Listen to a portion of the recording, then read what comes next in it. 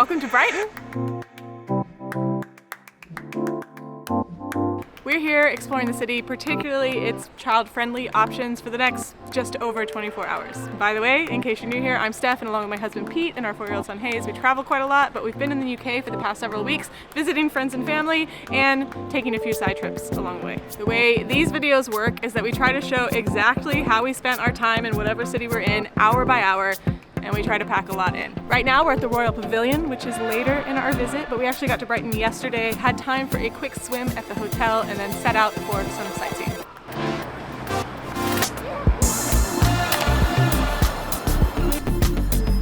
Do you know what I like to do as soon as I get to a city? I like to make sure that I see it from above. That's not true at all because I hate heights and now we have a drone. But I have never seen anything that looks like this, the Brighton Eye 360. She doesn't really like heights because they're so high she doesn't even like anything.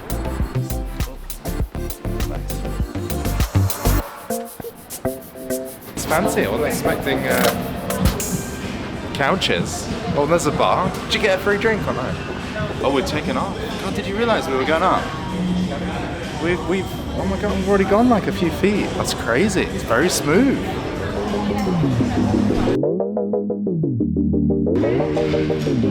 Some quick facts on this thing we're in. It was built in 2016 by the same architect that did the London Eye carousel in London.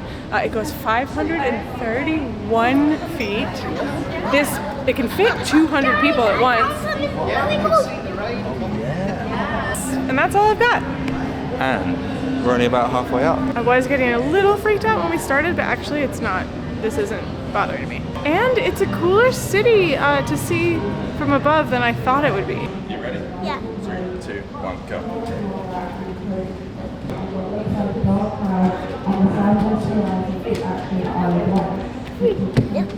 Stop. So, in case you were wondering how long it takes to do a loop. And if you were wondering if it's safe even in the rain, I hope so. Ready to run for it? Oh my gosh. Go.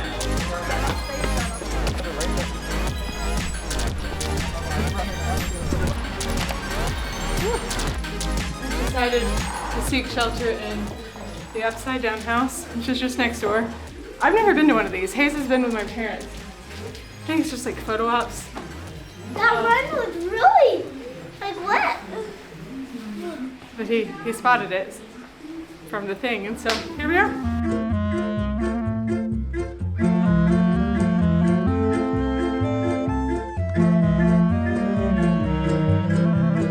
I feel like I need to cleanse myself of the two major tourist attractions on the pier. But luckily there's an art exhibit, so we're gonna have a look at some art and then go get dinner. I'd like to think I'm on your mind. He'd like to think he's on your mind. For dinner, we've come to the Regency Restaurant, which I think is a bit of an iconic place here in Brighton for fish and chips and seafood. And when I put on Instagram that we were coming to Brighton and Bristol and Bath and whatever, everybody was like, eat fish and chips and have afternoon tea. I'm not a huge fan of afternoon tea, but I do love fish and chips. We're finally having some fish and chips, but we also just had some incredible oysters. We have some mussels and we have some beautiful scallops. A Brighton gin and tonic with Brighton gin. And I just want to let you know that the sun sets at like 10 p.m. here, so even though we do eat dinner very early, it looks like we're eating dinner even earlier than perhaps we are. We've been in England for like 3 weeks or something now, and I cannot get used to how late the sun sets. And every night Hayes is like, I don't have to go to bed, the sun hasn't gone to bed, and it's a battle. I don't know how you guys do it. The Cornish person rate the fish and chips. Alright, I'm not going to be obnoxious about this, but I love it when cod is really, really crispy, and this is awesome. It's like not got a soggy bottom.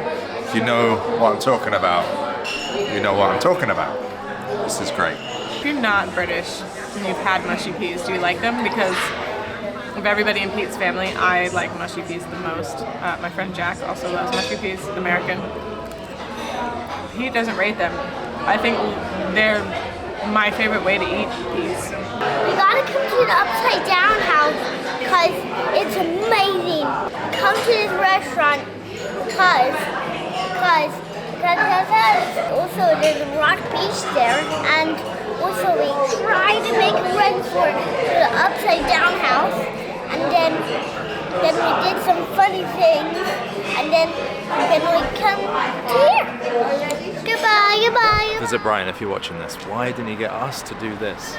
Which is people coming down what seems like a very thin wire down the side of this I-360. Good job, you're so brave! Good job, you're so brave! Good job, you're so brave! Visit Brighton.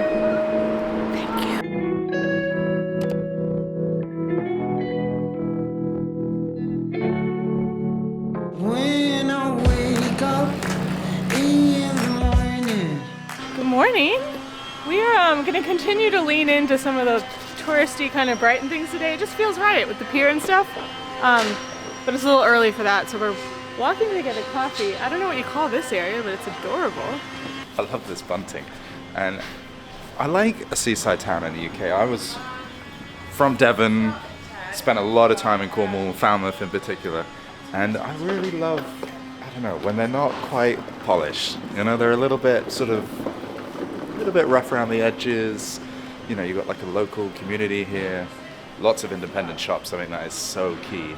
And yeah, Brighton's ticking a lot of boxes for me.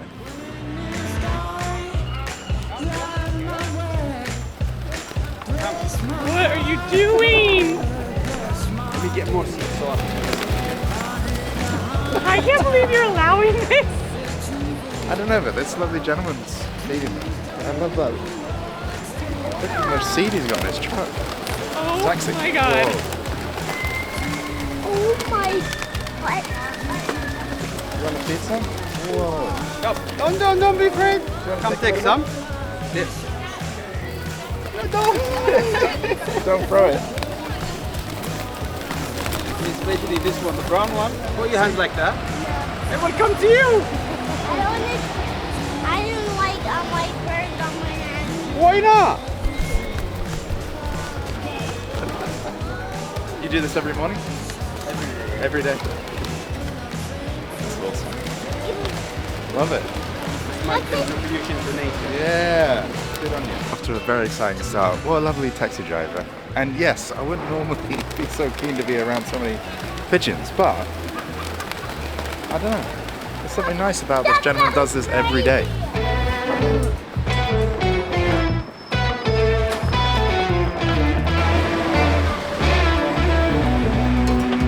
We've washed our hands, and now we're at St. James's Street, which was one of the first areas to develop outside of Brighton town a long time ago, like the city center, and it quickly became a place where the wealthy came to live.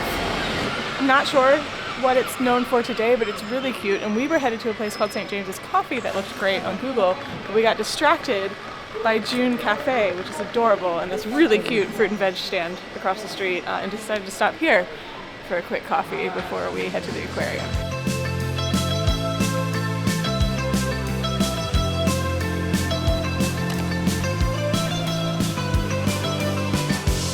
This is the oldest aquarium in the world. It was built in 1872, and we don't go to a lot of aquariums because my hometown, Chattanooga, has a fantastic aquarium, so I tend to be picky. However, this building is gorgeous.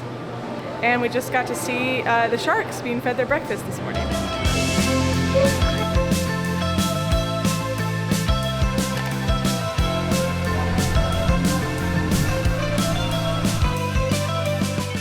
Cannot come to Brighton and not visit the iconic Palace Pier, which is a real beauty and a bit of a dying age here in the UK, as a lot of piers are sort of going out of business and stuff. They do a great job at keeping this one going, and it has a really iconic little theme park at the end as well, with some very old traditional rides, so that's where we're headed.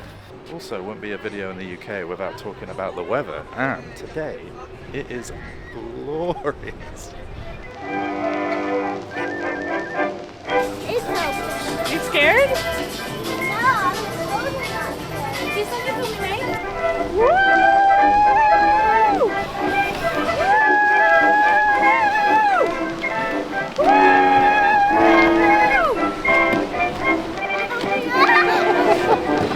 That might be one of the best peak goes down a slide that I've ever done on this channel.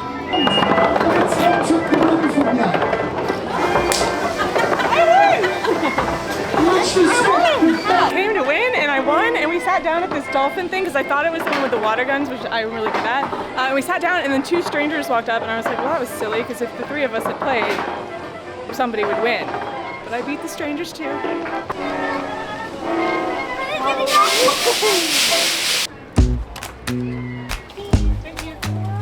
This is the Volks Electric Railway. It's from 1883, and it's kind of fun to like imagine this waterfront in the late 1800s. It was like the place to be with all these like leisure activities. I don't know.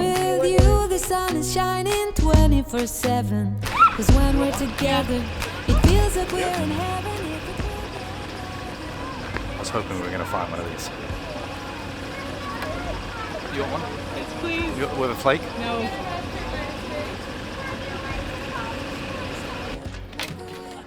We go this one. You have to sing hairstyles when you get one now. Your sweet ice cream, but you can use a flake too. These are humans. I wanna marry you. 'Cause when you're around, I know it's true. The way you make me feel is so good, baby. So good, so good. Every single day we spend apart, I wanna be with you. One thing we like to always do in a new city is visit a local brewery, and there were tons here in Brighton. There was one at the end stop called Loud Shirt, but it just only opened the weekends and like 5 p.m. This is Bison Brewing, and they have this little seaside location at the right near the halfway point on the rail, so you can jump off at the halfway at the end. It's a great way to break up the long 15-minute journey on the Volks Railway. And they have a hazy IPA, my first choice.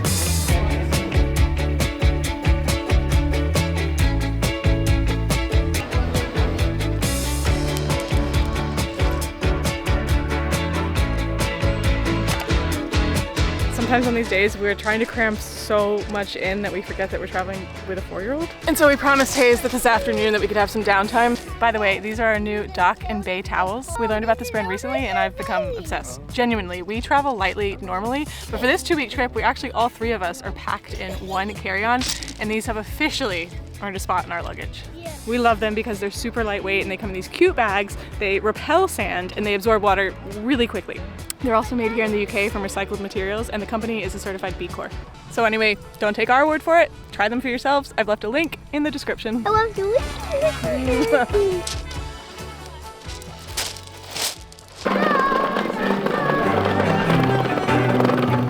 This building reminds me of India.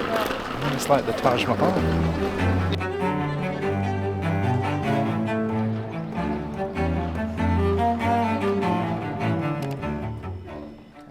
Did this cat die?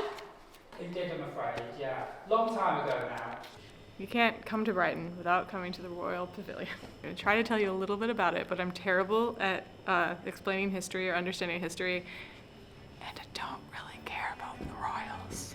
However, this place is actually really cool, and maybe it's because I haven't been to like a lot of these places in England, but this one's, it's fun to see. So you had the Prince of Wales first came to Brighton as a 21-year-old in 1783. He later became King George IV. His uncle, who liked gambling and dining and the finer things, I guess already had a residence here, so he came and he was quite enamored with it as well.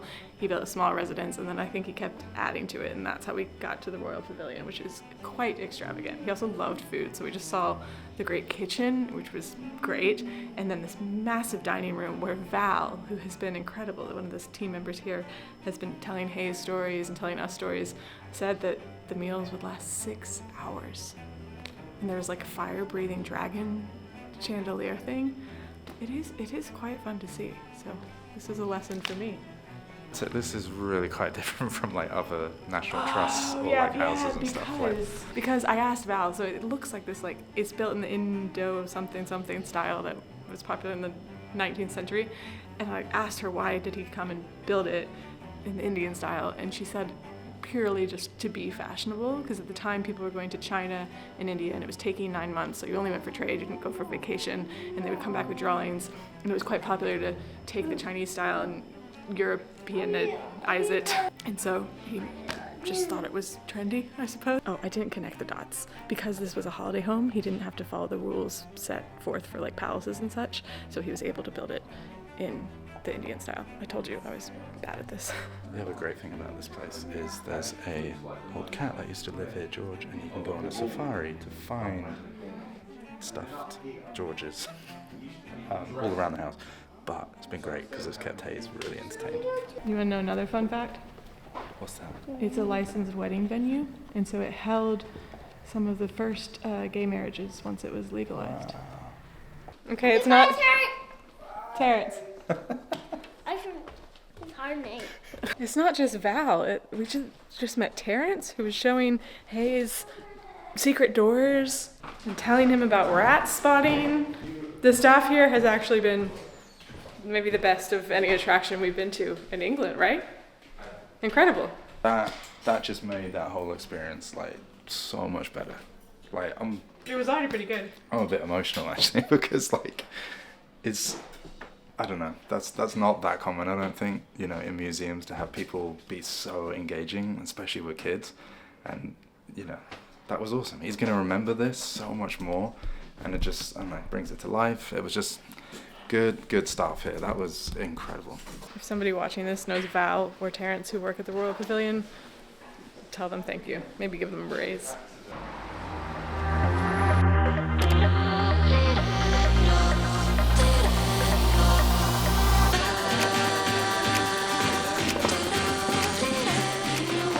You may not have noticed that we didn't eat lunch, but I have noticed, and I am hungry. We got swept away in the sightseeing and haven't eaten since breakfast.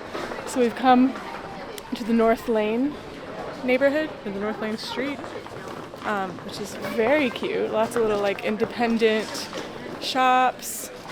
Great atmosphere.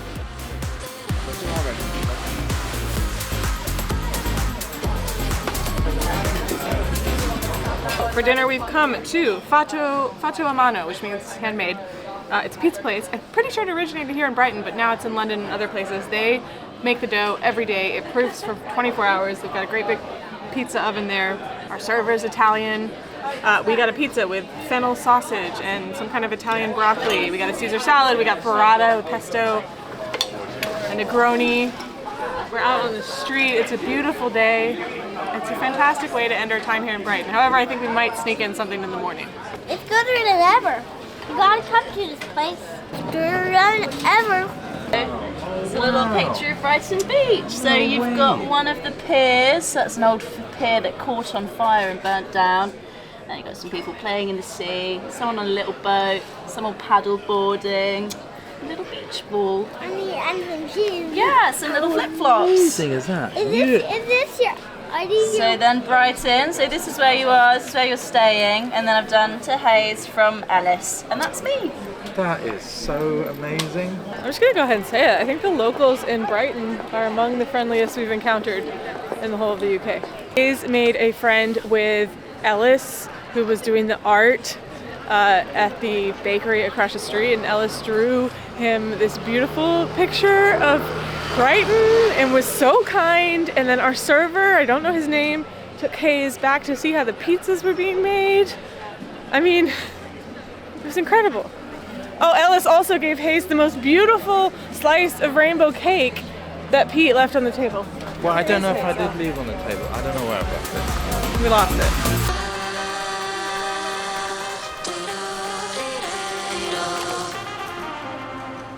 Good morning. If you, like us, are coming to and from Brighton by train, here's a tip. The Brighton Toy and Model Museum is literally in the train station, the same building.